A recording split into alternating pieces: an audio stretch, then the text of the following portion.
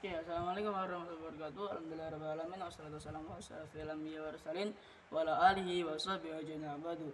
Dan hormat kepada Abi Hanif dan Umidah selaku pengasuh pada pesantren Seberkal Ma'arif Bonifida, dan tak lupa pada keluarga saya, guru-guru yang dihormat, semoga saya sudah mendapat rahmat dari Allahnya. Pada pagi kali ini kami presentasikan tentang judul perubahan keruangan dan interaksi antar ruang di Indonesia dan negara-negara ASEAN. ASEAN Tenggara itu akibat faktor alam dan faktor alam di manusia. Akibat Asia Tenggara terletak pada pertemuan lempeng geologi, aktivitas gempa, gunung berapi yang tinggi. 3 pulau besar di Indonesia baru terpisah 10.000 tahun yang lalu karena zaman es itu sudah berakhir. Karena terpisah dari benua Asia, Sumatera, Jawa, dan Kalimantan. Terus karena naiknya permukaan laut, karena zaman es itu sudah berakhir. Pulau Jawa adalah pulau cacah gunung berapi paling banyak di Asia Tenggara dan dunia. Interaksi antar ruang dapat berupa pergerakan orang, barang, informasi dari awal dari wilayah asal ke wilayah tujuan. Nah, itu dapat kita peroleh dari membaca berita, dari kontak telepon, dan lain-lain. Nah, interaksi dapat terjadi jika pengalaman wisata, jadi migrasi, terus tempat kerja dalam bentuk dan melawan. Perubahan gejala alam lebih banyak terjadi proses alami dan bencana yang sering melanda negara ASEAN itu seperti banjir. Yang paling terkenal adalah topan Haiyan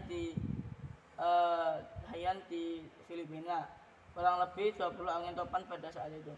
Topan Haiyan pada tahun 2013 itu menewaskan 6.300 orang dan 1,4 juta orang hilang rumahnya. Nama-nama negara ASEAN. Yang pertama adalah Indonesia.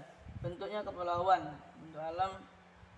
Iklimnya itu ada iklim laut, tropis, dan musim. Singapura itu negaranya luas kira-kira 622 km.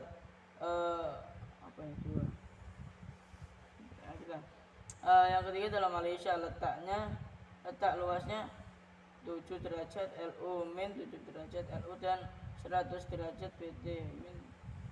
Nah, gitulah. Filipina itu luasnya 3.324 km. Karena dan langsung bentuk kepulauan karena suhu rata-rata 25 derajat Celcius dan mayoritas agama Katolik. Kalau Thailand itu bentang alamnya iklimnya subtropis dan mayoritasnya agama Buddha. Kalau yang Brunei itu di Kalimantan bagian utara, Kalimantan terus ke utara sedikit. Nah, itu ada 3 daerah dan ada 3 iklim, yaitu iklim laut, panas, dan musim. Mayoritasnya adalah agama Islam. Kalau Vietnam itu semenanjung Indo-Cina, iklimnya 2 musim, itu banjir dan kemarau. Mayoritasnya adalah Buddha. Kalau Myanmar itu luasnya 676,577 km.